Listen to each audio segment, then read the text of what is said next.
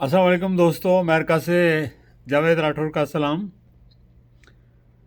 आज मैं आपसे दो अहम वाक़यात शेयर करूंगा। एक पाकिस्तान के मौजूदा वज़ीर आज़म जनाब शहबाज शरीफ साहब से मुतल्लक़ है, और एक साबिक़ वज़ीर आज़म मोहतरमा बेनज़ीर भुट्टो साहिबा से मुतल्लक़ है। ये 99 की बात है। पाकिस्तान में मार्शल लॉ लग चुका था और मोहतरमा अमेरिका तशरीफ़ लाएँ यहाँ शिकागो में। तो मैं गाड़ी ड्राइव कर रहा था और वो मेरे साथ तशरीफ़ फरमा थी। तो कहने लगी, जावेद अभी मुशर्रफ आ गए हैं और पता नहीं 10 साल ये लगाएंगे तो ये पाकिस्तान में जमहूरियत कैसे चलेगी और इसका क्या हाल है। तो मैंने कहा कि मोहतरमा, मेरे ख़्याल में इनके आने की वजह पॉलिटिशियंस हैं। कहने लगी, वो कैसे? मैंने कहा, जब सियासतदान पॉइंट ऑफ नो रिटर्न पे चले जाते हैं एक दूसरे के ख़िलाफ़, तो फिर वो फ़ौज को स्पेस देते हैं और फ़ौज को मौका मिलता है कि वो आ जाए और टेक ओवर करे और सबकी छुट्टी करवा दे। मैंने उनको एक मिसाल दी। मैंने कहा, हमारे आज़ाद कश्मीर में हमारे सबसे बड़े सियासी दुश्मन सरदार अब्दुल क़य्यूम ख़ान मरहूम थे। उस वक्त तो ज़िंदा थे वो। मैंने कहा, सरदार अब्दुल क़य्यूम ख़ान हैं, लेकिन जब कभी वो हमारे सामने आ जाएं, हम ड्राइव कर रहे हों तो रुक जाते हैं और खड़े हो जाते हैं एहतरामन। और अगर कहीं सियासी मुखालिफ के यहाँ कोई फोतगी हो जाए, शादी ब्याह हो, तो हम लोग शरीक होते हैं। हमारे यहाँ अखलाकी तौर पर रवायात बड़ी मुस्तहकम हैं।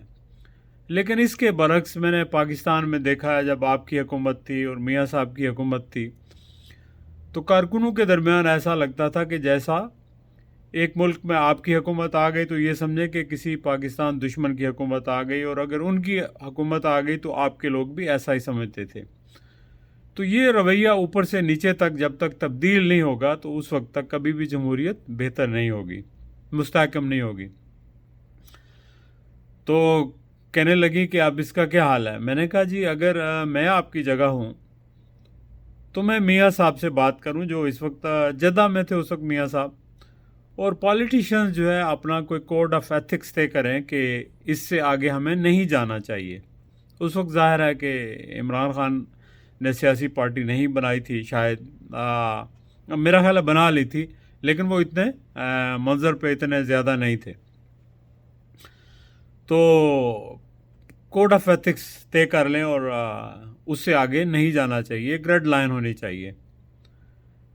और कहने लगी, हाँ बिल्कुल ऐसा ही करना चाहिए। और बाद में फिर ये हुआ कि राब्ता हुआ और वो एक चार्टर ऑफ डेमोक्रेसी हुआ। चार्टर ऑफ डेमोक्रेसी का वर्ड मैं तो यूज़ नहीं किया, लेकिन वो एक उनके जहन में बात आ गई और लोगों ने भी शायद डाली हो।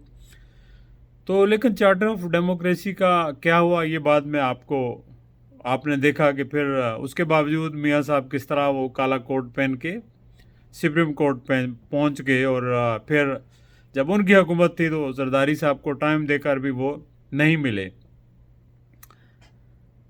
फिर दूसरा एक वाक़या मैं आपको बताऊं कि ये शहबाज शरीफ साहब यहाँ तशरीफ़ लाए और वहाँ योम तकबीर हो रहा था और सारे लोग तकरीरें कर रहे थे कि मियाँ साहब ने बम चलाए। तो जब मुझे बुलाया गया तो मुस्लिम लीग का फंक्शन था, लेकिन हमारे यहाँ एक दूसरे का थोड़ा सा ख्याल रखते हैं, बाहर हैं तो जाहिर है थोड़ा सा डिफरेंट सोचते हैं।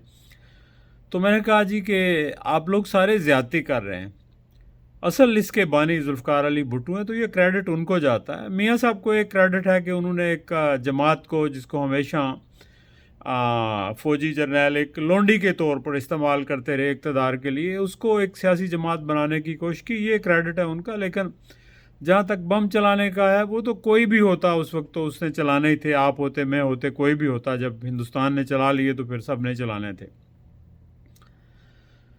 तो मैंने वहाँ पे कहा स्टेज पे एक चीज़ कि मैंने कहा कि मियाँ साहब, स्टेज पे थे शहबाज शरीफ साहब, तो मैंने कहा आज अगर पाकिस्तान में मुशर्रफ साहब आए तो वो आपकी वजह से। मैंने कहा आप सियासतदान एक दूसरे के साथ वो कुछ करते हैं जिसकी तवक्को नहीं।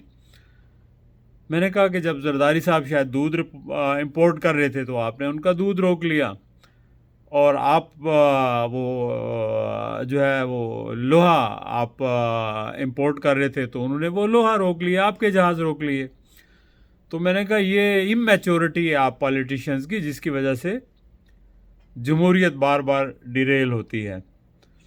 تو بتانے کا مقصد یہ تھا کہ یہ دیکھیں کہ ابھی جو کچھ ہو رہا ہے تو اس میں ہم 100% آرمی کو بلیم نہیں کر سکتے۔ میں سمجھتا ہوں کہ اس میں آرمی کے ساتھ ساتھ ہمارے پولیٹیشین کا بھی قصور ہے کہ ہمارے politician point of no return پہ چلے جاتے ہیں۔ اب میاں صاحب دیکھیں نا، انہوں نے بیانیہ بنایا، کتنا برا بھلا کہا آرمی کو، باجوہ صاحب کو، لیکن جب ان کو ڈیل مل گئی تو وہ سب کچھ بھول گئے، اپنا بیانیہ ووٹ کو عزت دو والا بیانیہ بھول گئے، اور پھر کمپرومائز کر لیا، اور پھر یہ سارے اکٹھے ہو گئے عمران خان کے خلاف ہو گئے، چونکہ آرمی ان کے خلاف ہو چکی تھی۔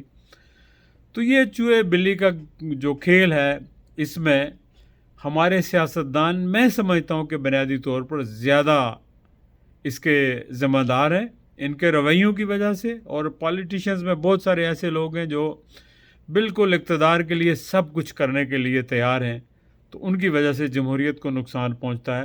تو میں سمجھتا ہوں کہ جتنا آرمی کا قصور ہے اتنا ہی ہمارے سیاستدانوں کا بھی قصور ہے، اور اب بھی وقت ہے کہ اب سیاستدان خود فیصلے کریں، بجائے اس کے کہ وہ ادھر دیکھیں ادھر دیکھیں۔ خود فیصلے کریں اور صحیح فیصلے کریں، اپنی انا سے باہر نکل کے ملک کی بہتری کے لیے جو ہے وہ فیصلے کریں، اور ایک دوسرے کے ساتھ بیٹھنا چاہیے ملک کے لیے۔